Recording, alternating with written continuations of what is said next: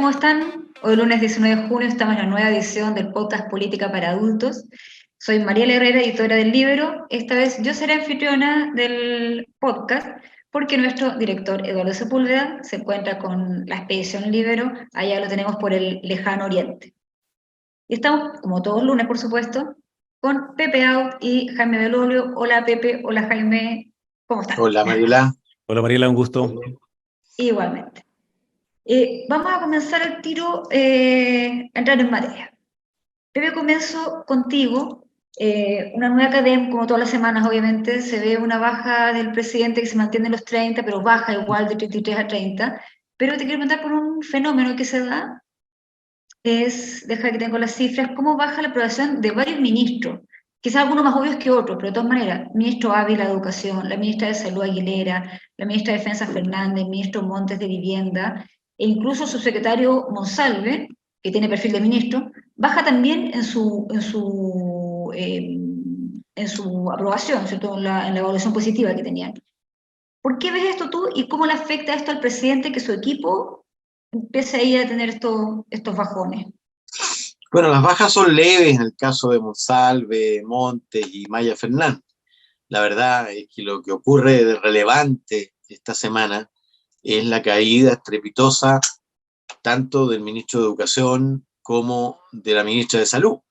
Esta última además gozaba de una posición relativamente privilegiada, estaba en el club de los mejor valorados y cae uno 16 puntos, el otro 17 o 15, en fin, caídas verdaderamente significativas. Lo que pasa es que claro, por un lado, el puntaje del CIMSE termina de cristalizar una evaluación negativa respecto de la gestión de educación, aunque lo del CIMSE en verdad es algo que se debe fundamentalmente a que Chile cerró las escuelas durante 70 semanas, pero la responsabilidad de quienes gobiernan en ese cierre fue evidente. Incluso hubo una acusación constitucional contra el ministro Figueroa por intentar reabrir las escuelas. Entonces, claro, de alguna manera eso permite que se les responsabilice más incluso de la cuenta de lo que tienen como gobierno. Y en el caso de salud es evidente, bueno, hay una muy mala evaluación del manejo de la crisis del virus sincicial y claro, eso empieza además a mirarse en contraste y hay encuestas que muestran el contraste de la evaluación de una situación que era muchísimo más crítica y donde, claro, el dilema de la última cama no llegamos a sufrirlo como lo sufrieron otros países. Entonces, como que se confirma la sospecha fundada de cierto amateurismo y eso le hace mucho daño al gobierno. Y eso, por supuesto, arrastra al presidente, porque no solo cae 3 puntos, que uno podría decir que está casi dentro del margen de error, sino que también aumenta la valoración negativa. Y eso es más relevante, porque en general con Gabriel Boric ha pasado que él ha estado en un nivel en torno a 30 de valoración positiva, pero lo más llamativo, y esto solo lo vimos con Piñera en su segundo mandato, no lo habíamos visto ni antes con Piñera ni con Bachelet, que 2/3 de la población se definiera negativamente. Normalmente hay una franja muy importante que no se pronuncia ni a favor ni en contra. Aquí hay una evaluación polar, es decir, hay 1/3 que está a favor y 2/3 que están en contra, yo diría relativamente consolidado. Y a veces hay unas variaciones, pero las variaciones desaparecen rápidamente y tú vuelves a la situación original. Yo creo que el gobierno está estacionado ya en esa evaluación de 1/3, 2/3, digamos, y yo creo que va a ser muy difícil salir de allí porque porque avanza y inmediatamente retrocede, o cuando avanza y hay cosas que son saludadas, el discurso que tienen los suyos no le permite digerir bien eso, ni publicitarlo de manera adecuada, porque son éxitos avergonzantes, si tú quieres. ¿Ah? Y ese es el gran problema del gobierno, en realidad, que sus éxitos avergüenzan aparte de los suyos. Y entonces, claro, ni los éxitos entonces pueden capitalizarse de manera completa, y por supuesto los errores y los fracasos repercuten ellos sí de manera completa. Entonces, Claro. cuando tú no le logras sacar provecho a los éxitos y te dañan los fracasos y los errores, es el peor de los mundos. Y Jaime, ¿cómo ves tú esto de cómo el equipo acompaña al presidente, o por lo menos figuras importantes sectoriales, como decía Pepe, terminan arrastrando al presidente? Cuando el presidente el presidente Boric ha pedido que la gestión, que margen de error y todo, ninguna de esas frases se cumplieron tampoco. Ni curva de aprendizaje, ni margen de error. Hubo margen de error y todavía estamos en la curva, parece. ¿Cómo lo ves tú, Jaime, eso? En relación a la figura del presidente también. Lo primero es que ya se volvió a la cifra que tenía antes de la cuenta pública. Entonces, que era la duda que planteamos acá con Pepe, si es que acaso esa alza iba a poder mantenerla o no, la que tuvo justo después del discurso, y ya la primera semana había bajado harto y ahora completamente ya, de hecho, está un poquito por debajo. Y es que le pegan dos temas que requieren experiencia, expertise, y el gobierno simplemente ratifica la idea de la improvisación. Particularmente en el área de la salud, que yo creo que esa es probablemente la más sentida, porque estamos en un problema de camas con niños y niñas, entonces evidentemente ahí el hecho de que el ex subsecretario haya mentido en público, haya dicho que sí habían llamado a la clínica y que tenían pacientes allí para que después le hubieran dicho que no, y después que hayan dicho de nuevo que no podían, pero que en verdad sí podían. O sea, todo eso simplemente ratifica esta lógica de que estaban improvisando. Y en una materia tan relevante como es salud, en la mitad del pique en el invierno, obviamente que fue desastroso, como bien decía Pepe, la ministra es la que paga los platos de todas maneras. Ahora, si hubieran medido al subsecretario Arauz, que sale, probablemente, claro, se hubiera desplomado. El problema es que tiene un muy bajo conocimiento, evidentemente. Pero la ministra bajó 16 puntos, pero aumentó 20 puntos su rechazo. Entonces se cruzan esas dos líneas. Algo similar que ocurre con educación.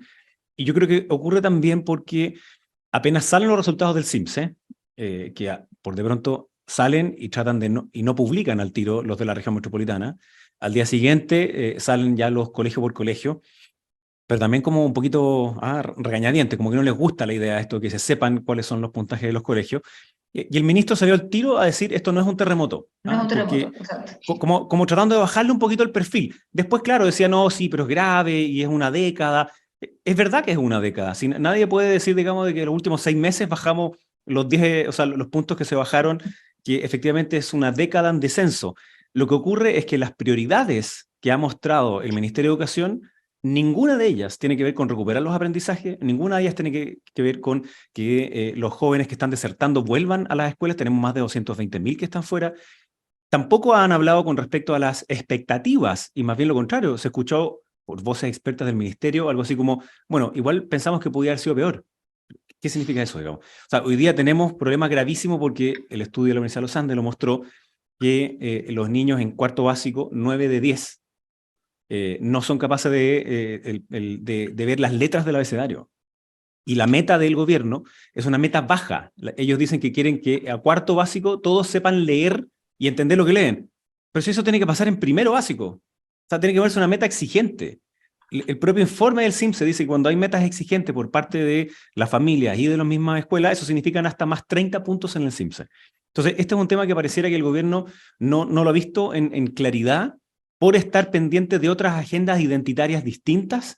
Además, ahora el ministro de Educación está siendo acusado, va a tener que dar respuesta a esas materias. Algunas de ellas son además administrativas relevantes, como lo que pasa con UNAEB.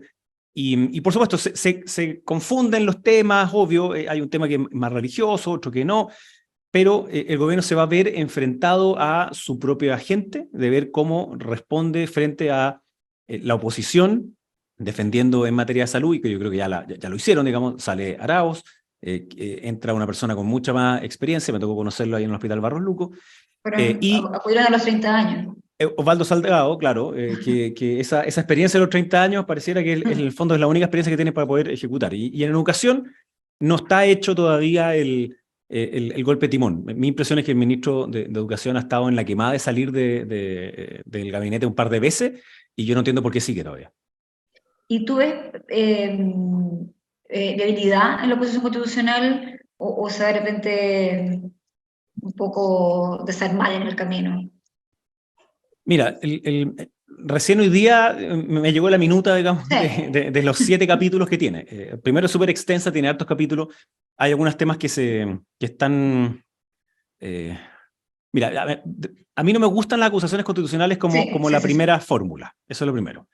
No se puede acusar a un ministro o ministra, digamos, por razones de su agenda de política pública, como hizo la oposición, por ejemplo, con Marcela Cubillo.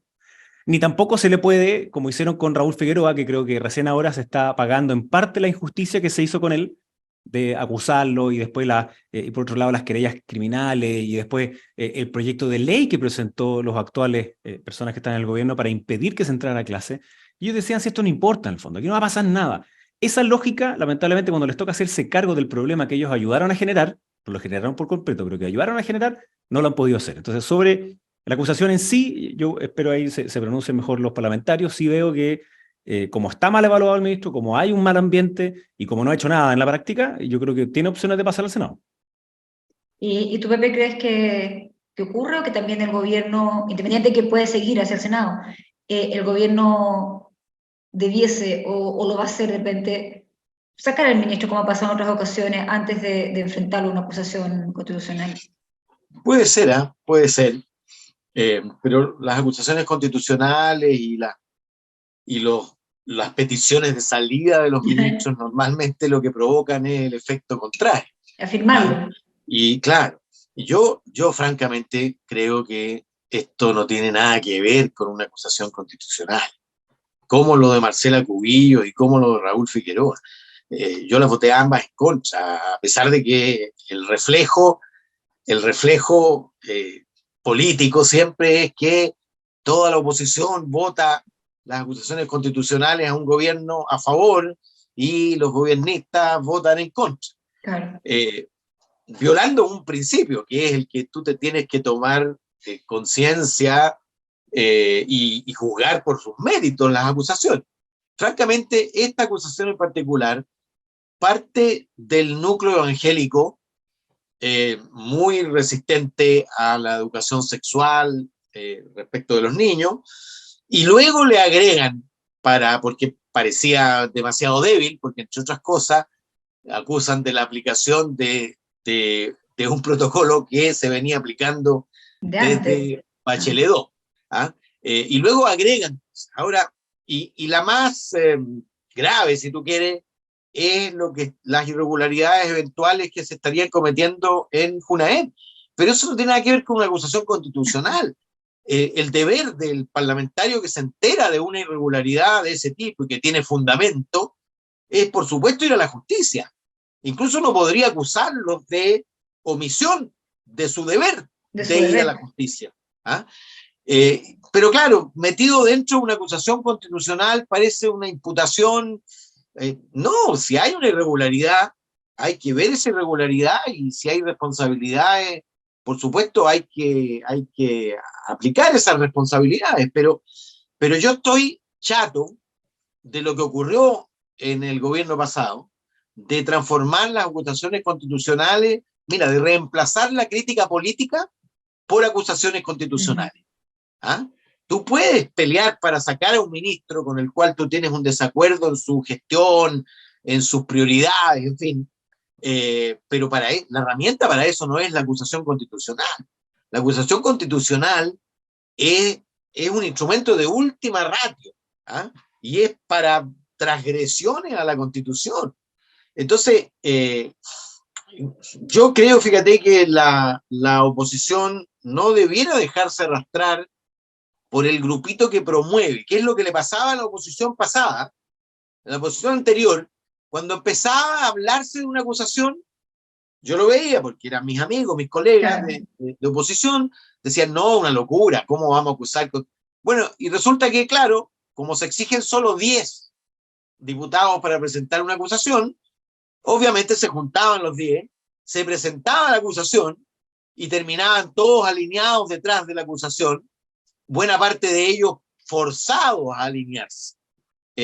A mí me encantaría que se repitiera lo que ocurrió con la acusación que le presentaron a Isquia Siche cuando no llevaba ni un mes del ejercicio de su mandato, y que la oposición de Chile Vamos obviamente no se sumó. Yo espero que ocurra algo similar en esta ocasión. Otra cosa distinta, por supuesto, es la evaluación de la gestión del ministro. ¿Ah? Y uno puede tener las discrepancias que existen, yo tengo algunas, no comparto todas las que tiene la oposición, pero creo yo que las prioridades ministeriales no han estado puestas donde tienen que estar efectivamente. ¿Ah? Y tienen que estar en la recuperación de la educación pública, que está en una curva de franco deterioro, y tiene que estar en la retención de alumnos y en el regreso de los estudiantes, porque fíjate tú que tuvimos más de una década con cobertura creciente, y la cobertura hoy día empezó a bajar por la deserción. Estamos con coberturas de hace algunos años ya. ¿Ah? Y esa es una cuestión a la que hay que ponerle recursos, hay que ponerle prioridad sobre todo, y por supuesto yo no he visto que las prioridades estén puestas allí, pero el instrumento para reorientar la política pública no es la acusación constitucional. Pero como dice Jaime, entonces de repente ese golpe de timón debería hacerlo otro ministro quizás, o ministra. Bueno, seguramente. ¿Ah? Seguramente. Yo por supuesto, respeto la prerrogativa presidencial. ¿Ah? Claro. Y esto de andar pidiendo la salida de ministros, en fin, a veces tiene el efecto contrario. ¿Ah? Pero si el presidente, o sea, lo que tiene que tomar conciencia, creo yo, el presidente, es de ajustar las prioridades, y que se note que las prioridades del ministerio son las prioridades que permitan recuperar la curva que tuvimos durante varias décadas de aumento de la cobertura y de la calidad. Ahora, el CIMSE venía cayendo levemente hace algunos años, después de 2 décadas de aumento. En los últimos años había empezado a caer, y yo no sería muy irresponsable, creo yo, y excesivo culpar al ministro de turno de una caída que naturalmente tiene que ver básicamente con 70 semanas, parece una locura, 70 semanas de cierre de las escuelas. Sin clase. Y pasemos a otro ministro, Jaime, que ha hecho noticia el fin de semana, el ministro, y que toca un poco el gobierno anterior. Mario Marcel, ministro de Hacienda.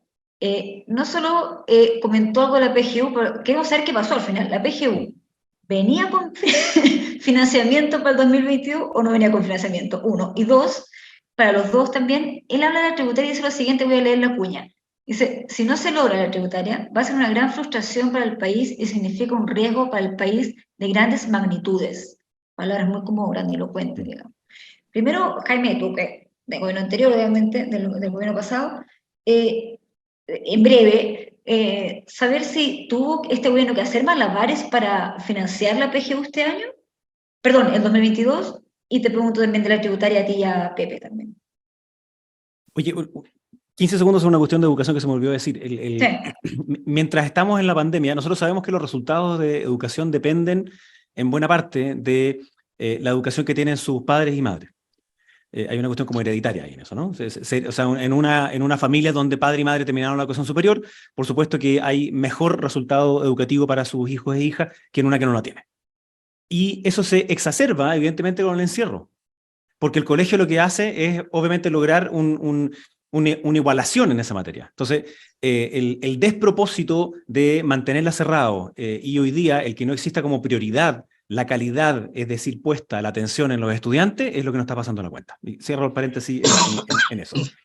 Y sobre Marcel, a mí la verdad es que veo que hay una una agenda muy agresiva de parte del gobierno de querer justificar su reforma tributaria, que si se aprueba vamos a llegar al estado de nirvana, porque primero fue la ministra de Trabajo que dijo que la sala de cuna solamente podía hacer si es que había reforma tributaria. Eso es mentira, porque ya está aprobada con su glosa de gasto. No se puede aprobar un proyecto de ley o una ley sin que venga financiada. La PGU se aprobó casi unánimemente y estaba financiada. Entonces, si el ministro Marcel primero miente diciendo que no estaba financiada y luego dice que si no le aprueban su reforma tributaria, porque no es un pacto tributario, no, es una reforma tributaria que aumenta los impuestos, no está disponible a hacer otras cosas, y si eso entonces va a venir entonces un estallido, o sea, primero es una súper mala estrategia porque esa ya lo ocuparon muchas veces ese argumento. Y yo creo que lamentablemente el ministro Marcel, que teóricamente es aquel que prestaba como la seriedad, que prestaba aquellos espacios en los cuales uno decía, bueno, aquí hay un punto que sí, que va a venir bien manejado, ahí le ha caído en una desesperación de querer aprobar parte de sus proyectos, en este caso faltando la verdad, y por el otro lado, en una especie como de amenaza, que yo creo que es lo peor que podía hacer, particularmente con Chile Vamos. Porque la lógica permanente de estar picaneando a Chile Vamos, ya sea con mentiras o con amenaza, creo que es la peor fórmula que puede elegir el gobierno y particularmente el ministro de Hacienda si es que quiere salir adelante en las políticas que quiere hacer. Entonces, nos han dicho que la reforma tributaria era para muchas cosas y en la cuenta pública nos dijeron que iba a ser para pagar el CAE, para pagar después la deuda histórica de los profesores, para subir la PGU, o sea, por una cantidad de cuestiones que no sabemos y la pregunta es, bueno, hagamos un pacto, ok, hagamos que vayan más impuestos, perfecto. ¿Y qué parte va a poner el Estado para mejorar los gastos que hoy día tiene? ¿O van a ser más, entonces, gas a precio justo, en donde va a costar una cuestión 5 veces lo que realmente costaba? Ahí está la pregunta real, si el ministro de Hacienda está disponible a tomarla o no. Hasta ahora, al parecer, simplemente lo que quiere hacer es agredir a la oposición. Y Pepe, ¿cómo ves tú estas palabras de Bueno, yo Mario Marcel? lo vi como una gaffe, como un exceso del cual se arrepintió naturalmente y salió a rectificar. Ahora venía escuchando la radio. Eh, por supuesto, sin imputarle a nadie. ¿Ah? El gobierno está tratando de hacer que lo impopular sea popular. ¿Ah? Y porque las reformas tributarias son siempre impopulares. ¿Ah? Cuando hablan de tributos, aunque los tributos estén focalizados, hiperfocalizados en los más ricos, todos sienten que su bolsillo puede estar en peligro. Entonces, en ninguna parte del mundo aumentar impuestos es popular.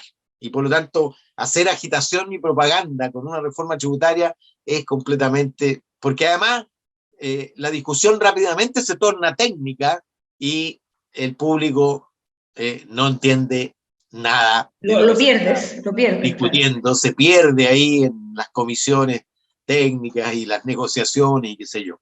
Y claro, desde el punto de vista de lo que se requiere, porque ¿qué requiere el gobierno para un acuerdo?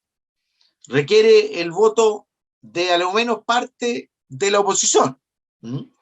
A lo menos parte de Chile Vamos, y como además Chile Vamos está solidificado, requiere el voto derechamente de Chile Vamos. ¿Ah? Y intentó el gobierno explorar el camino hecho con las 40 horas, que es el acuerdo con los actores sociales. En este caso, es un eufemismo.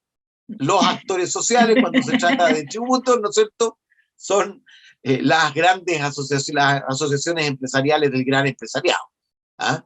Y yo creo que el gobierno ha demorado muchísimo en entablar un diálogo con quienes votan. ¿Ah? Yo no niego no solo el derecho, sino el interés de convencer al empresariado para llegar a un acuerdo incluso con ellos, pero simultáneamente tendría que haber iniciado la discusión con la oposición. Yo estuve 12 años en el Congreso y de esto algo sé, y nadie quiere que se vea como si su voto fuera comandado por un factor externo. ¿Ah? Y por lo tanto puede tener el acuerdo que quiera con el empresariado, si no desarrolla una conversación simultánea, ¿ah? Puede generar el reflejo inverso. Y estas declaraciones naturalmente no ayudan al propósito, porque el propósito es conseguir votos para la reforma. Y nadie el periodo en que el voto funcionaba por la vía de la pistola al pecho, ya pasó. ¿Ah? Ya pasó ya. O sea, de hecho, durante el gobierno de Sebastián Piñera, entre noviembre del 2019 y yo diría mitad del 2020, los parlamentarios legislaron con la pistola al pecho. Y de hecho hubo cosas que se aprobaron que en circunstancias normales no habrían sido aprobadas. Te doy una. El límite a la reelección. El Senado llevaba 7 años con el proyecto dormido en el closet y esa presión, agregada a la presión que hicimos nosotros desde la Cámara, hizo que en pocas semanas se despachara, es cierto, con la creencia de que no los afectaba, que es la mayor gaffe que ha cometido el Senado en su historia, porque creyeron que no involucraba a los senadores en su periodo en curso, y al final, por supuesto, las reformas constitucionales operan in actum y rigió, y muchos de ellos tuvieron que salir. Probablemente si hubieran sabido eso, se habrían ausentado de la sala o habrían votado en contra. Pero lo que te quiero decir es que la peor de las estrategias es ponerle la pistola al pecho. Aquí el gobierno tiene que buscar compartir prioridades. Y en cuanto a la cuestión tributaria, lo primero es compartir las prioridades de gasto. Es decir, en qué se va a gastar. Y yo creo que el gobierno se equivocó en la cuenta pública porque puso cosas que no están dentro de las prioridades, o si estuvieran dentro de las prioridades es con una reforma de 4 puntos del PIB, y francamente eso fue rechazado, los 4 puntos del PIB, y con suerte va a llegar a 2, y resulta que PGU, reforzamiento de la seguridad, y listas de espera, ya se comen todos los posibles recursos adicionales. Absolutamente. Entonces pensar en deuda histórica, pensar en CAE, en fin, creo yo que se dieron un disparo en el pie, porque eso genera, esos compromisos generan frustración, no generan movilización. Y este como el cupo del estallido, y este como utilizar como el cupo del estallido, y de un hombre tan ponderado, voy a ocupar una frase esta, como del adulto en la sala, ¿cierto? Que lo ocupe Marcel, el ministro Marcel. ¿Qué pasa? ¿Es un poco de desesperación que decías tú, Pepe? Pero Jaime también habla de desesperación. Sí, mira, dos cosas. Perdona, Pepe. La primera, sobre algo que decía Pepe, que es súper importante. Yo veo, está perfectamente bien que el gobierno se junte con el gran empresariado y con las pymes y etcétera. Lo que sí ocurre es que hay algunas personas del gobierno, de la alianza de gobierno, que creen que por el hecho de que el gobierno se junte con el gran empresariado, entonces tienen el voto de la derecha. Están profundamente equivocados. Ese es el punto. O sea, tiene que conversar con los parlamentarios de derecha, porque si no, lo que va a conseguir, como dice Pepe, es justamente lo contrario. Entonces, ¿tiene que hablar con los empresarios? Por supuesto que sí. De hecho, no querían hacerlo al principio de este gobierno, porque según ellos era como mal visto. Ahora tienen que hacerlo, qué bueno. Pero eso no significa que se estén bypaseando entonces a la conversación legítima que tienen que tener con los parlamentarios. Y sobre lo otro, a mí me pasa en esto, Mariela, que ya no es la primera vez que el ministro tiene un exabrupto así. Acuérdense cuando se rechazó la reforma tributaria, él salió a decir una cantidad de barbaridades impresionante. Y aquí lo hace exactamente de nuevo. Entonces, veo que es una constante. Cada vez que el ministro se frustra porque no puede avanzar en lo que quiere, sale a relucir esta cara. Entonces la pregunta es, ¿cuál es la de verdad? ¿Es esta que se aparece cuando está frustrado o es la otra, en la que teóricamente era el que ponía los paños más fríos? Porque la lógica simplemente no se entiende. El estar insultando a la oposición, particularmente a Chile Vamos, el insultar al Congreso al decir que la reforma no estaba financiada, es una muy mala fórmula, así que realmente lo que quiere es conseguir algo y no jugar a la lógica de la victimización. No me aprobaron la plata, entonces no puedo hacer A, no puedo hacer B, no puedo hacer C.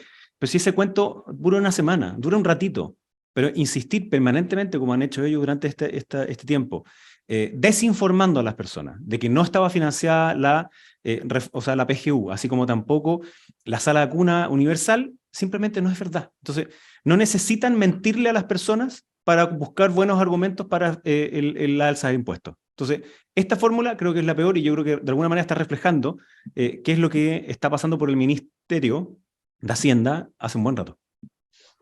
¿Es algo, Pepe, que quieres comentar de esto? Ya nos quedan muy poquitos minutos, segundos quizás. sobre este No, como...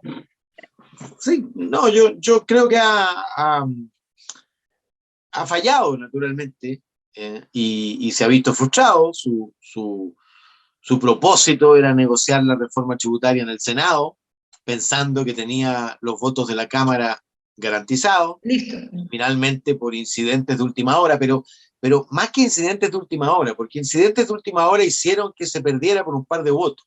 Pero tú no puedes jugarte el destino de tu principal, de tu reforma cero, por un par de votos.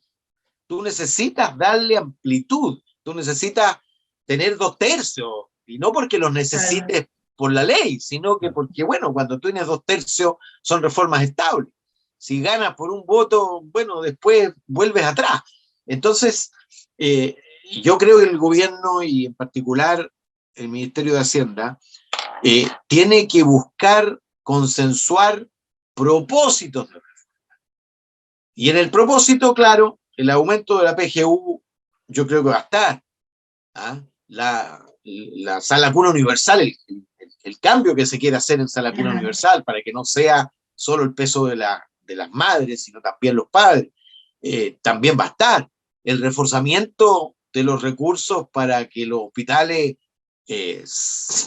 usen su infraestructura y haya personal para que se pueda usar para resolver la lista de espera, seguramente también va a estar. Sí, claro. Pero cuando pretende el gobierno convertir, en el fondo, presionar a los parlamentarios por la vía, comillas, de la presión social, yo le digo, mire, nunca ha habido una marcha en ninguna parte del mundo por una reforma tributaria.